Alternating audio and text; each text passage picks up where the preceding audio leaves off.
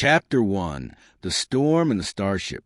The storm rolled over the plains like a living thing, its thunder rattling the windows of Jed Carter's farmhouse. Sheets of rain hammered the tin roof, while lightning forked across the night sky, turning the wheat fields silver for brief, dazzling moments. Jed sat at the worn oak table with a lantern casting warm light over a chipped mug of coffee, the only sound inside the house the rhythmic tick of an old clock. Then it came. Not lightning, not thunder. A streak of fire tore across the heavens, burning against the low clouds. Jed's hand froze around his mug as he leaned closer to the window. It wasn't a shooting star. He'd seen plenty of those. This thing glowed too bright, moved too slow, and it screamed as it cut through the air, a metallic roar that set his teeth on edge. The object vanished beyond the ridgeline, and a few seconds later, the ground trembled. Out in the storm, a distant bloom of orange lit the sky, like a sunrise in the wrong direction. Jed set down his mug with deliberate calm. He was too old to scare easy, but something about the sight left his heart hammering like it hadn't since his soldiering days. With a grunt, he pulled on his oilskin coat, grabbed his lantern, and stepped into the night. The rain soaked him within seconds, cold and merciless. Mud sucked at his boots as he crossed the fields, the wheat bowing under the storm's fury. Lightning split the sky again, and there, far across the northern pasture, Jed saw smoke curling upward in the darkness. His first thought was a plane crash. Maybe some poor pilot had gone down. But as he drew closer, he realized the wreck was unlike anything he'd ever seen. The craft, if it could be called that, was a half-buried pod of scorched metal, glowing faintly along the seams. Its hull was curved and seamless, the surface shimmering with colors that shifted with every flash of lightning. Symbols etched into the plating pulsed with dim light, like embers refusing to die. Jed slowed his steps. "Well, I'll be damned," he muttered, lantern trembling in his grip. The pod hissed, venting steam into the rain. He nearly turned back. Common sense said leave it to the authorities, but then he heard it. A sound. Small, weak. A voice. Jed edged closer, heart pounding. The hatch shuddered, half open, sparks spitting from torn wiring. Inside, in the flickering gloom, something moved. She was curled against the wall, trembling, skin pale and faintly iridescent, as if lit from within. Her hair hung in damp silver strands, plastered to her delicate face. Two wide, luminous eyes blinked at him, eyes not made for any human night. She wore a torn suit of strange fabric that clung to her slender frame, patches glowing faintly like dying stars. For a moment neither moved. The storm howled around them, lightning illuminating the impossible sight of each to the other. Jed swallowed hard. You ain't from around here, are you?" She flinched at his voice, trying to rise, but her body gave out. A low, musical cry slipped from her lips, a plea in a language older than his world. And Jed, old, stubborn Jed, who'd buried a wife and outlived his war buddies, did the only things God told him to do. He set down the lantern, stepped into the pod, and gathered her gently into his arms. She was light, far lighter than she looked, her body trembling with fevered weakness. Her scent struck him, strange, not unpleasant, like rain on iron and crushed flowers. She whispered something, words he couldn't understand, and then her head rested against his shoulder as though she trusted him completely. Jed looked at the storm, then back at the wreck. There'd be trouble for this, no doubt. Men from the city, government agents, scavengers. He knew the world well enough, but the thought of leaving her here, alone in the mud, felt like leaving a lamb to wolves. He tightened his grip. "All right, girl," he murmured against the wind. "You're coming home with me." The trek back was long, the storm unrelenting. Every step. Jed's boots sank into sodden earth. Every gust nearly tore the lantern from his hand. The alien stirred occasionally, her faint breath against his neck, but she never opened her eyes. By the time he reached the barn, Jed was shaking with exhaustion. He pushed the doors open with his shoulder and stepped inside. The familiar scent of hay, wood, and livestock wrapped around him like a blanket. The storm faded to a muffled rumble against the thick walls. He laid her carefully in a pile of fresh hay, covering her with an old wool blanket. Lantern light spilled over her features. Fragile, beautiful, alien. Her chest rose and fell with shallow breaths. But she was alive. Jed leaned against the stall, staring at her, feeling the weight of what he'd just done settle in. Out there, in the rain, the world was still turning.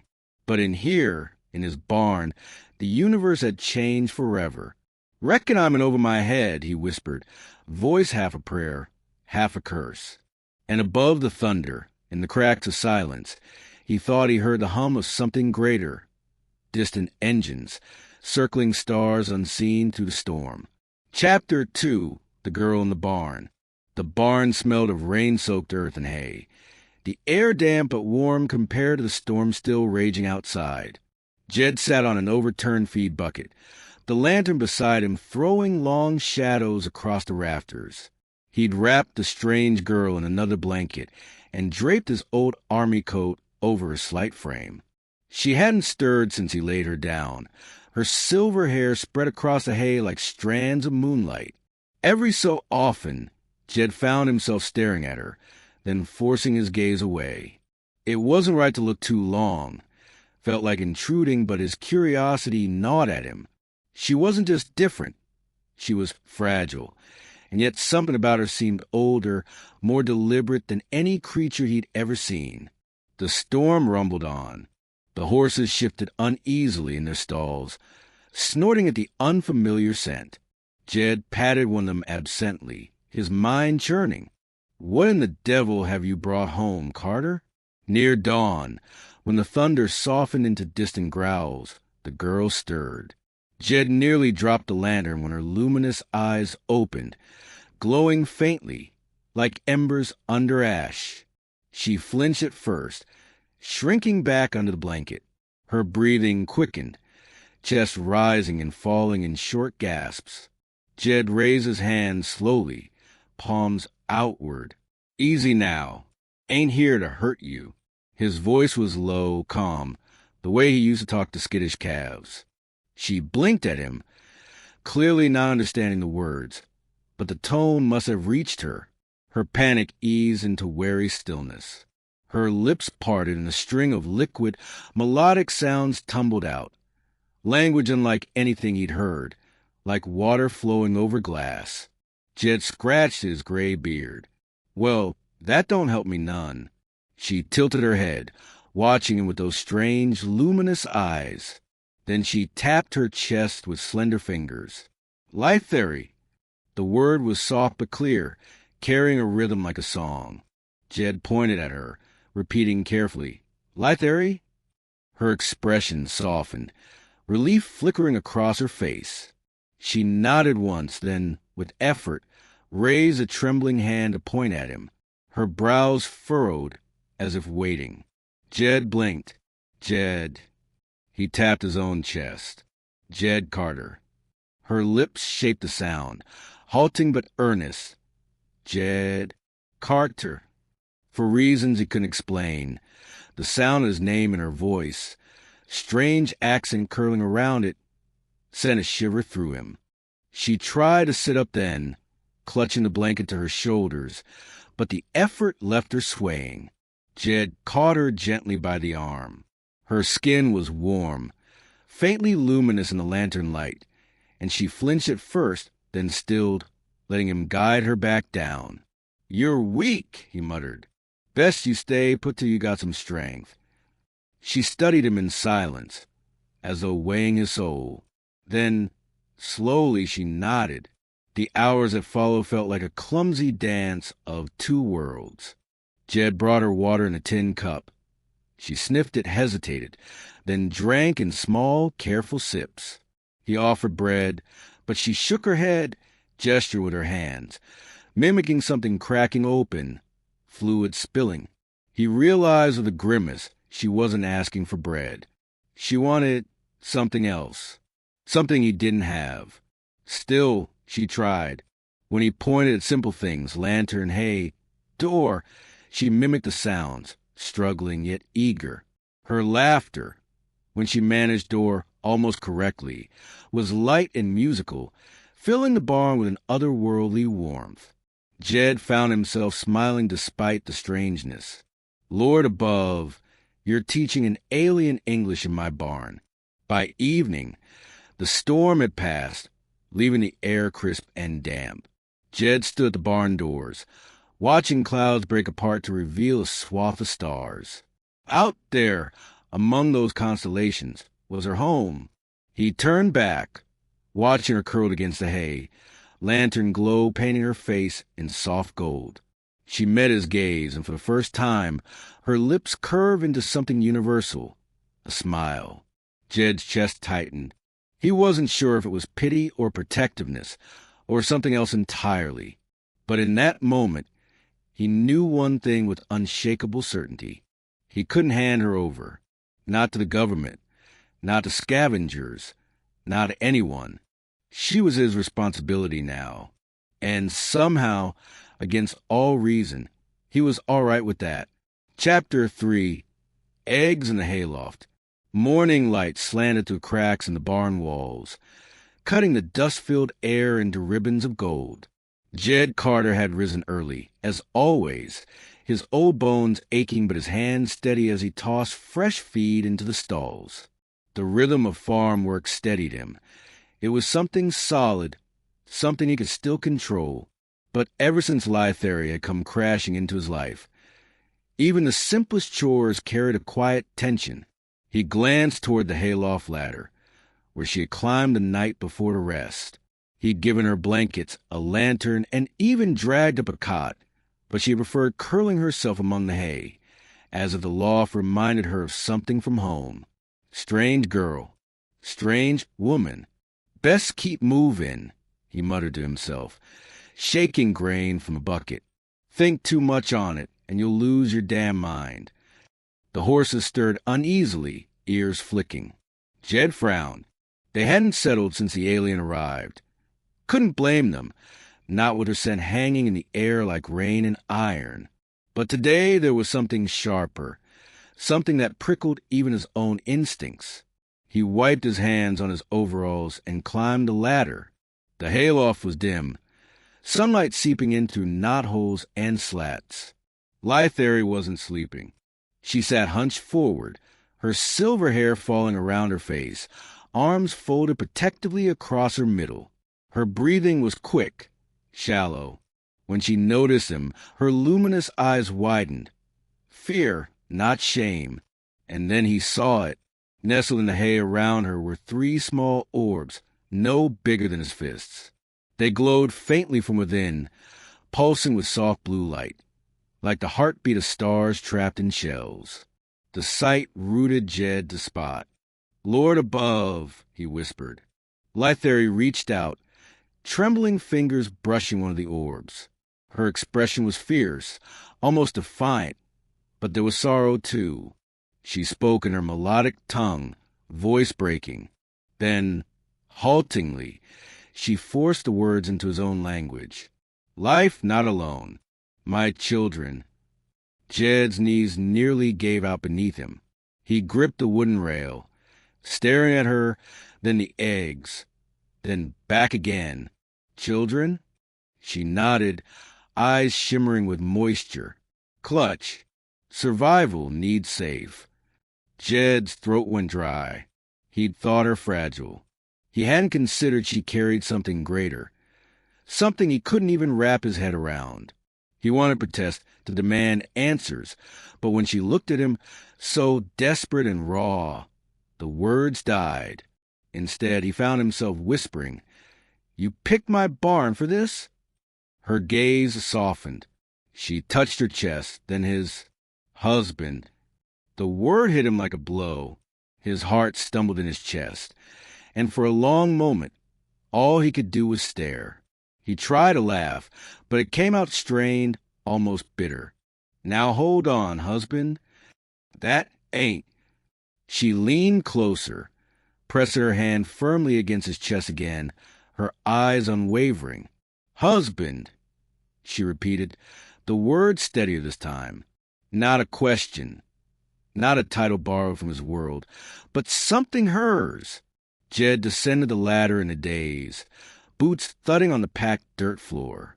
The barn seemed suddenly smaller, heavier, as though the rafters themselves pressed down on him. He poured himself a measure of water from the tin pail, gulped it, and stared out the door at the endless sweep of wheat fields. What the hell was he supposed to do? He could already imagine what folks in town would say if they knew, what the government would do if they found her, or those eggs. Experiments, dissection, weapons programs. No, the thought made his jaw clench. He'd seen men stripped of dignity in the war, reduced to nothing but numbers on a page. He wasn't about to let that happen here. Not to her, not to the little lives glowing in his hayloft. That evening, as dusk fell and crickets sang, he returned to the loft with fresh blankets.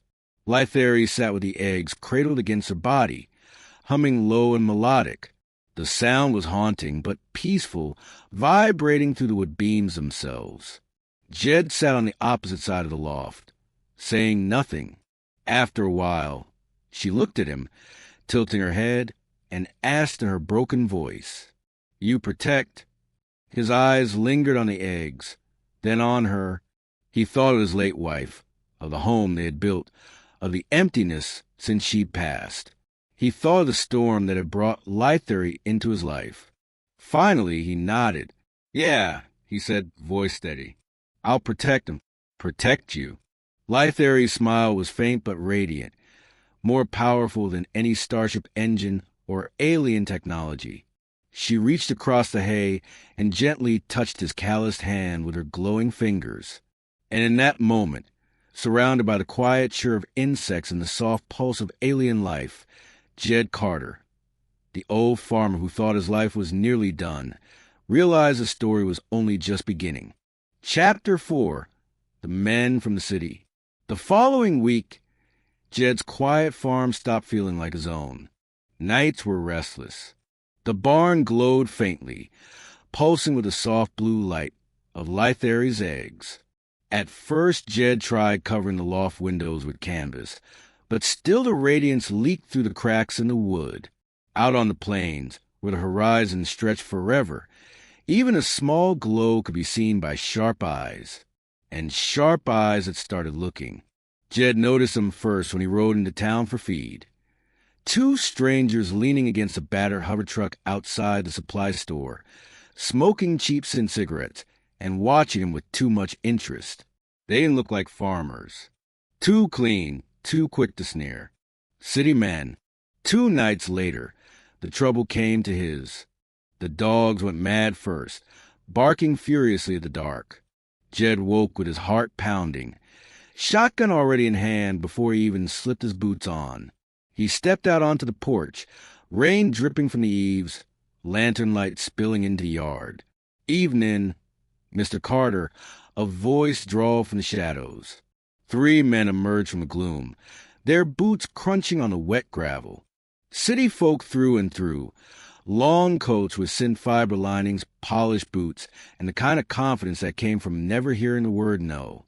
The leader, a tall man with slick back hair, smiled without warmth. "Word is, something fell out of the sky round these parts. Fireball smoke shook the ground.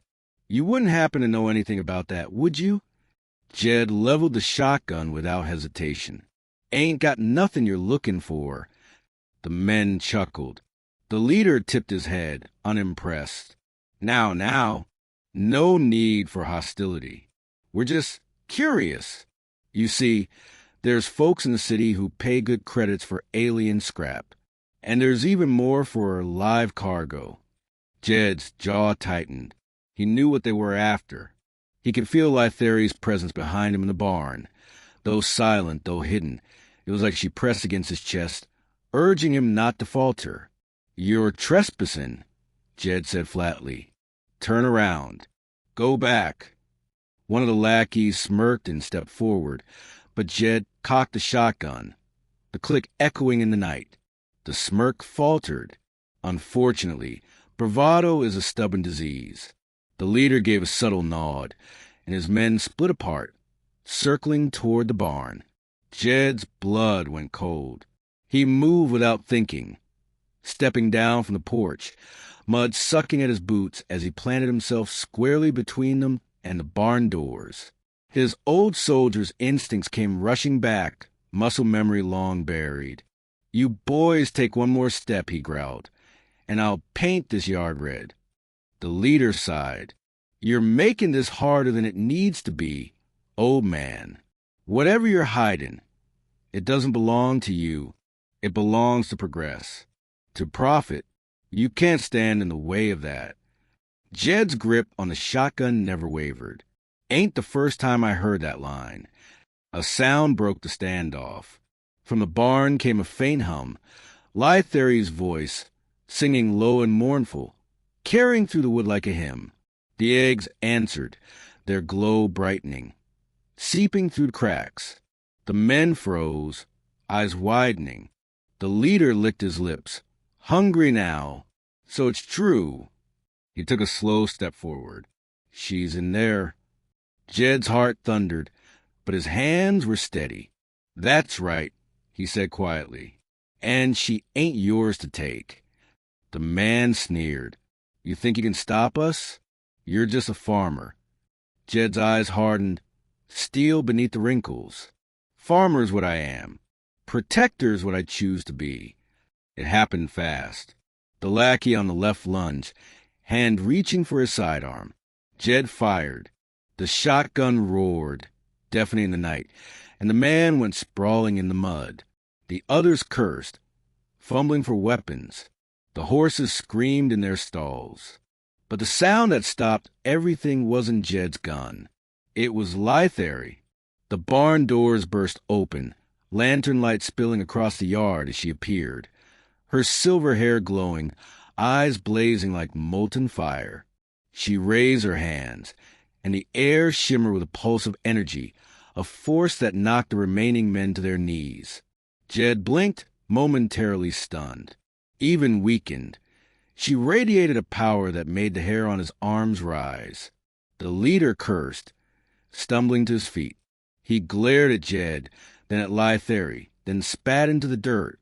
"This ain't over, old man. Not by a long shot." He dragged his men back to their truck, engines growling as they peeled away into the dark. Silence fell. Jed lowered the shotgun slowly, his ears still ringing. Lythari swayed, her strength fading, and Jed rushed to catch her before she collapsed. She pressed her forehead weakly against his chest, whispering in broken words. "Protect husband." Jed held her close, jaw clenched tight. He stared out at the empty road, knowing those men would return with more, with worse. But for the first time in years, he felt something burning in his chest again. Not fear, not despair, resolve. "They'll come back," he murmured into her hair. "But they'll have to go through me first." Chapter 5, Between Two Worlds. The farm had never been so quiet. For 3 days after the confrontation, Jed kept to his land, shotgun never far from reach, eyes scanning the horizon for headlights. The city men hadn't returned yet, but he could feel them lurking on the edges of the story, circling like vultures waiting for the right moment. Inside the barn, life glowed with a different urgency. The eggs had grown brighter, their shells pulsing steadily as if beating to some rhythm of the universe. Lythari spent hours beside them, humming in that haunting alien tone that made the rafters vibrate. She was stronger now, though her movements remained careful, deliberate. But there was tension in her every glance at the sky. It came to a head on the 4th night. Jed had just set a lantern down when he noticed a glow above the wheat fields, not lightning, not a star, but the steady burn of engines descending from orbit. His heart froze. A ship slipped silently through the clouds, matte black with streaks of faint blue along its hull. Its shape was unlike anything human hands could build. A predator's silhouette gliding low. The hum of its engines rolled through his chest, deeper than thunder. Lytheri stiffened the moment she heard it. Her eyes widened, and she whispered a word in her own tongue, filled with both longing and fear. Jed gripped the shotgun tighter. "Who's that?" She looked at him, luminous eyes shimmering. "My people, clan remnants. Survive and ship. Come, take me." Jed's got twisted. Relief and dread warred inside him. If her people had come, maybe she was safe. But then he thought of the eggs, of the way she had pressed her forehead to his chest and called him husband. Something about the way she said, "Take me," set his teeth on edge. The shuttle touched down in the field with a hiss of steam, flattening wheat in its wake. The ramp descended, and figures emerged, tall, armored, their features sharp and angular. They moved with precision, like soldiers who'd lived too long in battle. Their eyes glowed faintly, like Lytheri's, but colder. The leader, draped in a cloak of shimmering threads, stepped forward. His voice carried like a blade through the night. "Lytheri, daughter of the house of Cithril, you are claimed. Come." Lytheri flinched, but did not move. Jed instinctively stepped between her and the strangers, shotgun loose in his hands, but ready. "She ain't going anywhere she don't want to," he said, the words flat and hard. The alien leader turned his gaze on Jed, expression unreadable. "And you are?" "Jed Carter, farmer." The alien sneered faintly. "A human. Fragile. Temporary. You dare place yourself between her and her kin." Jed's jaw clenched. "Reckon I do." The leader's eyes shifted back to Lytheri. "Is this creature why you're not returned? Why you waste your clutch in a primitive structure of wood and dirt?" His voice dripped with disdain. "He is not worthy. He cannot guard you. Our people are dying in orbit, and you lie in straw with livestock." Lytheri's breath came fast, her hands trembling, but she raised her chin. "Jed, protect, when no one else." Chapter 6. The Battle in the Wheat Fields. The air was thick that night, heavy with the scent of rain and ozone, though no storm rumbled overhead. The storm this time came from above. Jed Carter stood in the doorway of his barn, shotgun cradled in his arms, eyes locked on the horizon. Strange lights moved across the sky, sharp streaks of violet and blue, engines burning silent trails through the stars. 2 ships, maybe 3, and beneath their hum, on the distant road, headlights flickered as hover trucks rolled in, their engines snarling like predators on the hunt. "They're both coming," Jed muttered grimly. "The city rats and your people." Lytheri stood beside him, silver hair catching the lantern glow, her hands trembling around the clutch of eggs she had gathered close. Her luminous eyes burned with fear and defiance. "They fight for me, for them." She gestured to the eggs. "But we fight too." Jed's jaw tightened. "Damn right we do." The first truck crested the hill, engines roaring. Armed men jumped from the back, scavengers with rifles and greed in their eyes. The leader from before stepped forward, sneer twisting his face. "Evening, old man. We warned you. Now we're talking what's ours." Jed cocked the shotgun. "Ain't yours. Ain't never gonna be." Before the standoff could erupt, the sky split open. An alien shuttle dropped low, hovering above the fields. Its engines churned the wheat into a frenzy, stalks bending flat in a circle beneath the blast. A ramp extended and armored figures spilled out, weapons glowing with alien light. For a heartbeat, both groups, scavengers and aliens, stared at each other across the swaying wheat. Then, as if a silent signal passed between them, chaos erupted. Blaster fire lanced the night, cutting through wheat in brilliant streaks. The scavengers fired back with crude rifles. the crack of old-world gunpowder swallowed by the hiss of plasma, the air filled with smoke, screams, and the acrid stink of burning stalks. Jed moved on instinct. He'd spent a lifetime coaxing life from this land, and now he fought to defend it. He pulled a hidden lever, releasing the tripwires he'd strung across the field earlier. 2 scavengers stumbled into them and were yanked off their feet, tangled in barbed wire. Another charged forward, only to step onto a disguised pit Jed had dug long ago for coyotes. He vanished with a cry into the earth. Jed's shotgun thundered, the recoil jarring his shoulder, but steadying his resolve. Each shot was deliberate, each step measured. He was no soldier anymore, but his stubborn grit carried him further than youth or training could. Above, the shuttle's engines wailed, strafing arcs of light across the wheat. Lythari lifted her hands, her voice rising in a haunting melody Jed had heard before. Power rippled outward, a shimmering shield of bioluminescent force that bent the blast away from the barn. The eggs glowed brighter in response, as if answering their mother's call.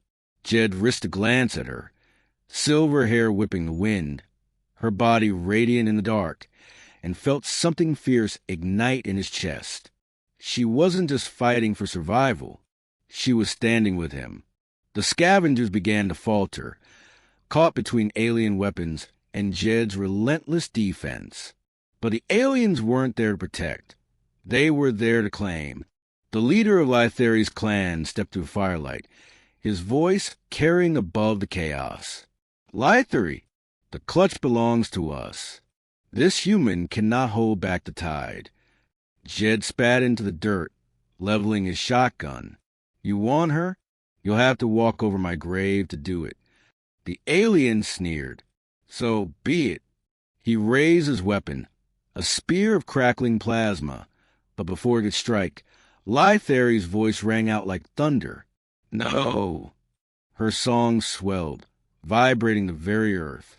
The wheat lit up in waves of soft blue, the eggs pulsing in harmony. A wall of force erupted between the barn and the battlefield, knocking scavengers and aliens alike sprawling. The power radiated from her, not wild, not uncontrolled, but guided by her will. Jed, bracing against the wave, stared at her in awe. She looked every bit a queen, radiant and unyielding, yet her eyes found his, anchoring her strength in his steady presence. The battle broke. Scavengers, dazed and wounded, scrambled back to their trucks, cursing and retreating into the night. The aliens, though stronger, hesitated. Their leader glared at Lythari, then at Jed, his expression torn between fury and something colder, respect. You choose this path, he said finally, voice bitter. Then you are lost to us. With a gesture, his warriors fell back, boarding the shuttle. Engines roared, and the craft lifted into the sky, vanishing into the stars. Silence returned to the wheat fields. Smoke drifted through the stalks, the acrid tang of burnt earth lingering. Jed lowered his shotgun, muscles trembling with exhaustion. Lythari stumbled, drained from her display of power. Jed caught her before she fell, cradling her against his chest. Her luminous eyes met his, shimmering with both exhaustion and relief. Husband, she whispered, weak but certain. Together strong. Jed pressed his forehead gently to hers, the night echoing with crickets and the faint crackle of dying fires.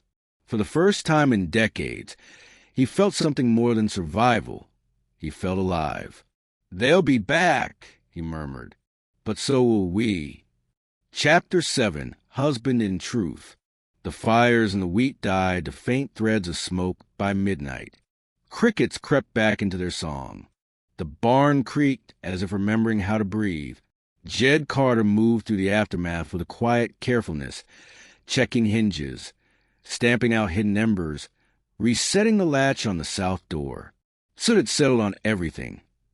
On his sleeves, on the rafters, even on the blue glowing shells tucked into a cradle of hay.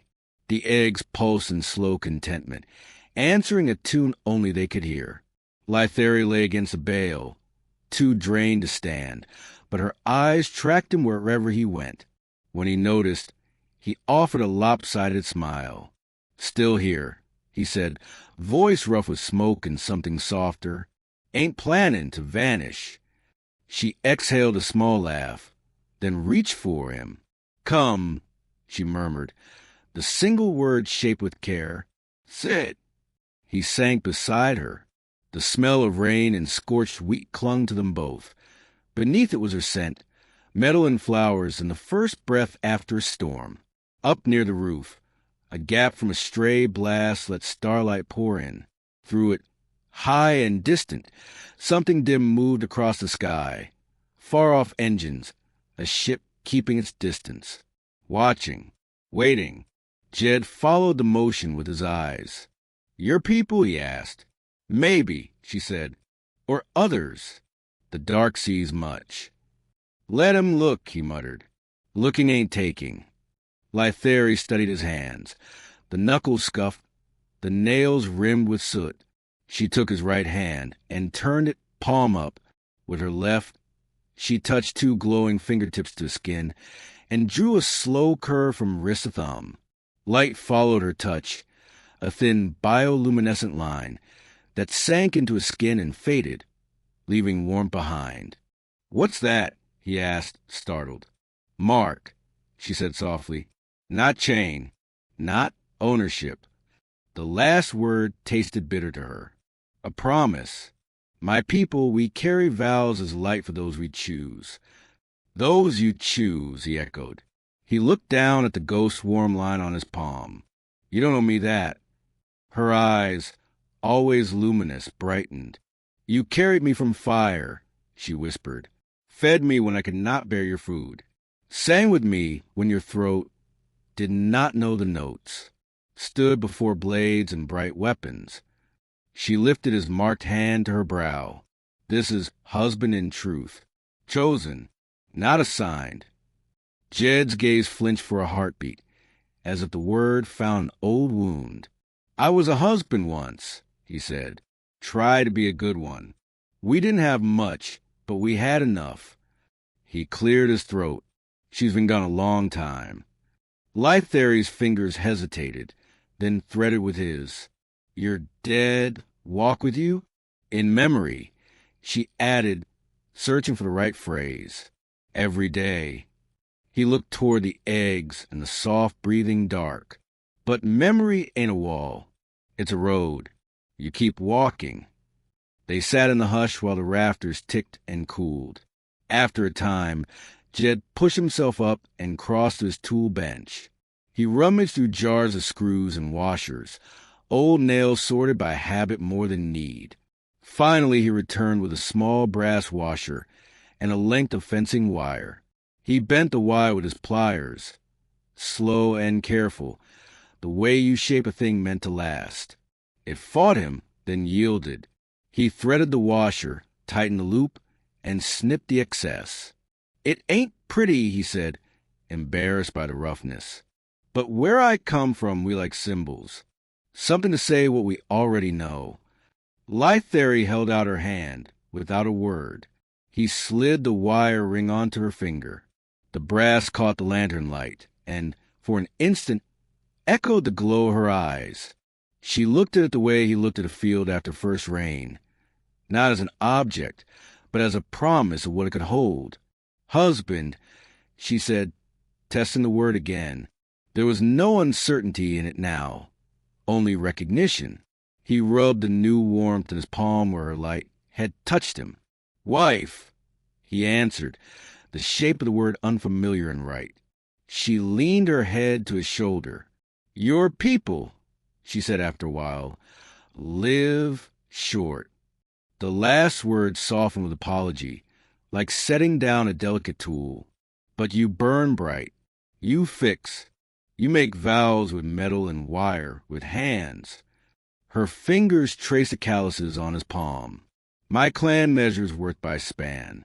You measure by depth." Jed huffed. "Depth's all a man has when the years run out." "Depth is what fills the years," she replied. A small click sounded from the hay. They both turned. One egg had rolled a little closer to another, shells touching, the light inside them threaded together. Two pulses sinking, then separating again like the first steps of a dance. Lythari's breath caught. She sang, not the shield song of earlier, but something small, private. The notes vibrated the air with a hell-breath tenderness. Jed, who could never carry a tune, lifted his old harmonica from a peg by the stall and turned it over in his hands. It had belonged to his father. He raised it, blew a low, cautious chord in a second. The sound was rusty at first, then steadied. It braided with her melody in shy spirals. Human breath and alien resonance wove together, shabby and perfect. When the last note faded, the barn felt changed, not safer. Danger still wore good boots and knew the way to his door, but steadier, as if the world had decided on them and not the other way around. They'll come back, Jed said, because naming a thing is part of mastering it. Lythari nodded. Then we prepare. Together. He glanced at the broken sections of wall, the scorched patch in the field, the long night still ahead. Tomorrow I'll fix the east hinge, hang new canvas over the loft, run wire along the north fence. Might set a few more tricks down by the creek. I will strengthen the shield, teach the young to be quiet in the shell. She touched the ring again, marveling. Teach you our lullabies. You will teach me your stubbornness. He chuckled. That one comes natural. Outside, a wind moved through the wheat, lifting the char from the tops of the stalks and carrying it toward the river. Above, the distant hum slid away until it was indistinguishable from the sky. In the lamplight, the wire ring gleamed. In Jed's palm, the memory of light lingered, not fading so much as settling in. He squeezed her hand. We'll make this place ready, he said. Lythari met his gaze, steady as a horizon. We already have, she answered. We made us. They stayed like that until the lantern's fuel trembled low, until the stars began to pale behind the gap in the roof, until the eggs blue softened to a dawn hush. When the first bird called from the fence post, it sounded, to Jed, like agreement. Chapter 8. A new dawn, a new family.